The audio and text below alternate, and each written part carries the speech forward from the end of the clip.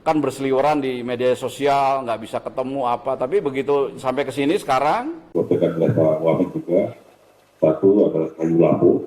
Kalau bisa Bapak Prabowo menjadi presiden seumur hidup. Di tengah bencana banjir dan longsor dahsyat yang menghantam 3 provinsi di Pulau Sumatera, sejumlah pejabat menjadi sorotan.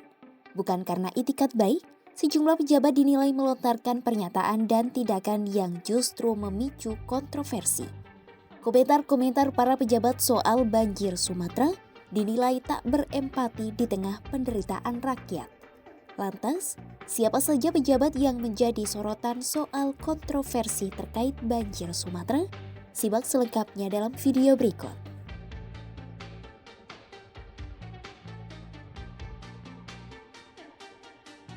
Banjir dan longsor di 3 provinsi yakni Aceh, Sumatera Utara, dan Sumatera Barat telah berlangsung hampir sepekan.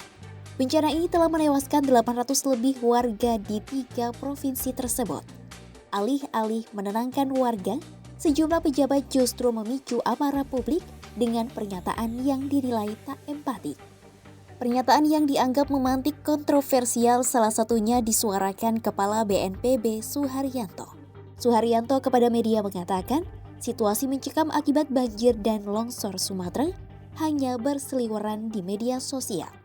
Ya rekan-rekan media bisa bandingkan aja dengan yang kejadian sekarang ini. Ya, memang kemarin kelihatannya mencekam ya, karena kan berseliweran di media sosial, nggak bisa ketemu apa. Tapi begitu sampai ke sini sekarang, begitu rekan media tadi hadir di lokasi, kemudian tidak hujan.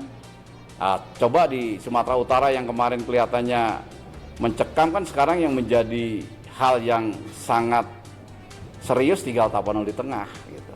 Yang lain kan relatif masyarakatnya kita lihatlah ya. Kepala BNPB ini pun mengaku meminta maaf dan tak mengira bencana yang terjadi akan sebesar sekarang. Pernyataan itu disampaikannya saat mengunjungi Tapanuli Selatan, Sumatera Utara, Senin 1 Desember 2025. Kemudian ada pernyataan Direktur Jenderal Penegakan Hukum Kementerian Kehutanan Dwi Januanto yang menyebut gelondongan kayu yang terseret arus banjir adalah kayu lapuk. Hasil analisis sumber-sumber kayu itu sampaikan oleh Pak Wamen juga, satu adalah kayu lampu, dua juga kayu yang akibat tadi siklon tadi, pohon tumbang ya, dan ketiga juga di area-area penebangan kayu-kayu yang berasal dari area penebangan. Sehari kemudian, ia pun meluruskan pernyataan itu dan menyebut pernyataannya tidak pernah dimaksudkan untuk menafikan kemungkinan adanya praktik ilegal di balik kayu-kayu tersebut. Selanjutnya, ada Menteri Koordinator Bidang Pangan Zulkifli Hasan yang juga dianggap memantik kontroversi. Anggapan soal kontroversi ini terjadi saat Zulkifli ikut memanggul sekarung beras di pundak kirinya saat meninjau lokasi banjir di Padang, Senin 1 Desember lalu. Dalam video yang diunggah di akun Instagramnya, Zulkifli juga turut membersihkan salah satu rumah warga yang dipenuhi lumpur dan berbincang dengan sejumlah warga. Bukan mendapat respons positif, video itu justru memantik warganet dan menyebut aksi politikus PAN itu sebagai pencitraan. Assalamualaikum Ibu. Terima kasih banyak. Iya, ya, mudah-mudahan bisa membantu ya Pak. Penting kebagian bantu Ibu ya. Ya, boleh Pak. Bantu Ibu bersih-bersih. Lalu ada Bupati Aceh Tenggara Salim Fahri yang justru menyuarakan Prabowo menjadi presiden seumur hidup. Pernyataan itu disampaikan Salim saat orang nomor 1 di Indonesia mengunjungi daerahnya Senin 1 Desember 2025. Untuk mempersingkat waktu, izin saya melaporkan Bapak Presiden, atas nama rakyat dan masyarakat Aceh Tenggara hari ini bersyukur. Kenapa? Tidak pernah terbayang di hati kami seorang pemimpin negara, seorang presiden di Kabupaten Aceh Tenggara. Tidak ada presiden seperti beliau, menyapa rakyat, menyapa masyarakat. Insya Allah tadi ada video yang dibuat Pak Presiden, kalau bisa Bapak Prabowo menjadi presiden seumur hidup.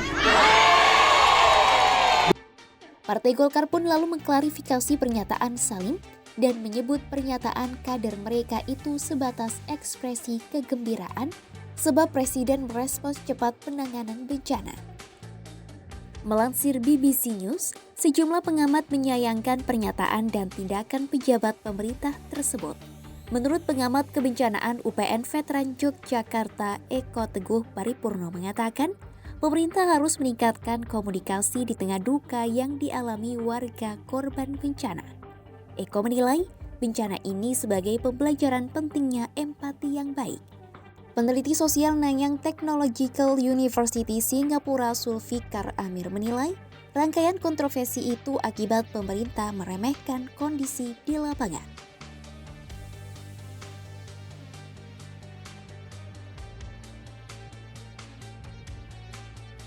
Warga korban terdampak bencana Sumatera mengaku penanganan dari pemerintah belum maksimal meski bencana sudah berlangsung sepekan. Hal itu diketahui berdasarkan wawancara yang dilakukan BBC News kepada sejumlah korban terdampak. Salah satu warga, Mulyani, mengaku penanganan pemerintah di daerah Aceh masih minim. Ia mengaku tidak ada titik pengungsian yang jelas di Langsang, padahal bencana sudah sepekan terjadi. Bukan hanya pengungsian, lokasi dapur umum juga belum jelas bagi para korban banjir. Pemerintah daerah Langsang mengklaim telah menyediakan dapur umum bagi para korban bencana, namun lokasinya tak diketahui di mana. Walhasil, warga pun mendirikan dapur swadaya untuk digunakan bersama. Ketiadaan bantuan dan dapur umum itu pun disebutnya sangat merugikan korban bencana. Di samping itu, stok bahan pokok warga juga kian menipis, sementara harga yang tersedia di pasaran telah melonjak berkali-kali lipat. Hal senada juga dikeluhkan sejumlah warga terdampak banjir dan longsor Sumatera. Pengamat kebencanaan UPN Veteran Yogyakarta Eko Teguh Paripurno mengatakan, minim empati yang ditujukan pejabat pemerintah itu sejatinya tak hanya terlihat saat penanganan bencana, melainkan juga sudah terlihat saat fase mitigasi bencana.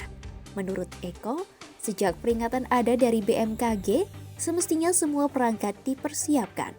Karena tak mengindahkan peringatan secara serius, para pejabat pemerintah pun terlihat gelagapan saat bencana terjadi. Akibatnya, penanganan menjadi berantakan, salah satunya tercermin lewat lambannya penanganan akses terputus dan distribusi bantuan. Bencana yang terjadi di Sumatera bukan hanya menjadi masalah utama. Di balik bencana yang terjadi menguak kegagalan empati, komunikasi dan kesiapsiagaan pemerintah dalam menangani krisis menegaskan masalah serius yang perlu diperbaiki. Pernyataan kontroversial sejumlah pejabat juga menunjukkan lemahnya sensitivitas kemanusiaan, sementara penanganan di lapangan dinilai lambat, tidak terkoordinasi dan tidak memadai. Akibatnya, korban terdampak semakin kesulitan sebab minimnya mitigasi dan respons cepat pemerintah. Simak terus update berita-berita menarik lainnya hanya di kanal YouTube Kompas.com.